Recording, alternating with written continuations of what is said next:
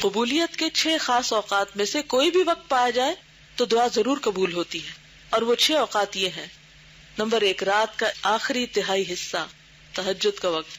Number 2 آذان کے وقت. نمبر 3 آذان اور اقامت کے درمیان کا وقت. نمبر 4 فرض نماز کے بعد. نمبر 5 جمعہ کے دن جب امام ممبر پر چڑھے تاکہ نماز جمعہ ختم ہو جائے. نمبر 6 جمعہ ہی کے دن نماز عصر کے بعد کی آخری ساعت، یعنی عصر کے بعد سے آخر تک. ان اوقات کے ساتھ ساتھ قلبی خضوع و خشوع ضروری ہے، اور بارگاہ رب العالمین میں عجز و انکسار، ذلت و خاکساری، تضرع اور الحاح اور رقت قلب بھی، اور دعا کرنے والے کا رخ قبلے کی طرف ہو، کامل طہارت کے ساتھ ہو، اپنے دونوں ہاتھ بارگاہ الہی میں اٹھائے، اور سب سے پہلے اللہ تعالیٰ کی حمد و ثنا بجا لائے. اس کے بعد رسول اللہ صلی اللہ علیہ وسلم پر جو اللہ تعالیٰ کے خاص بندے ہیں درود شریف بھیجے، اور اپنی حاجت پیش کرنے سے قبل توبہ اور استغفار کرے.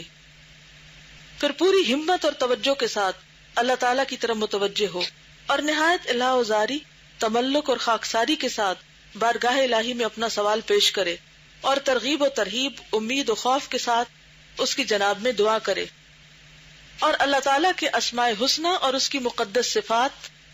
کون سی مقدس صفات؟ جی اللہ کے ناموں میں جو ہیں، اور اس کی توحید کا وسیلہ پکڑے. دعا سے پہلے کچھ صدقہ و خیرات کرے تو امید ہے کہ یہ دعا مسترد نہ ہوگی، خصوصاً جب کہ وہ دعائیں پڑھی جائیں جن کے بارے میں رسول اللہ صلی اللہ علیہ وسلم کا ارشاد ہے کہ ان کے قبول ہونے کی امید کی جا سکتی ہے، یا وہ دعائیں پڑھی جائیں جن میں اسم اعظم موجود ہے، اللہ کا بہت بڑا نام. اسم اعظم والی دعاؤں میں سے ایک دعا یہ بھی ہے جو سنن اور صحیح ابن حبان میں حضرت عبداللہ بن برادہ عن ابیہ سے مروی ہے کہ رسول اللہ صلی اللہ علیہ وسلم نے ایک آدمی کو یہ دعا کرتے ہوئے سنا: اللہم انی اسألک بانی اشہد انک انت اللہ لا الہ الا انت الاحد الصمد الذی لم یلد ولم یولد ولم یکن لہ کفوا احد.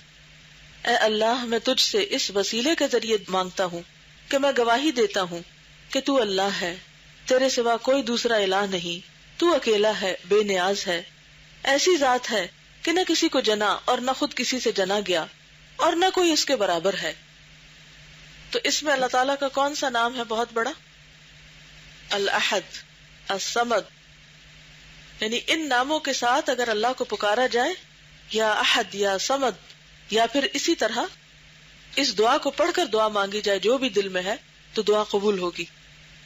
اس کی یہ دعا سن کر رسول اللہ صلی اللہ علیہ وسلم نے فرمایا: لقد سأل اللہ بالاسم الذی اذا سئل به اعطى واذا دعی به اجاب. سنن ابن ماجہ ابواب الدعاء.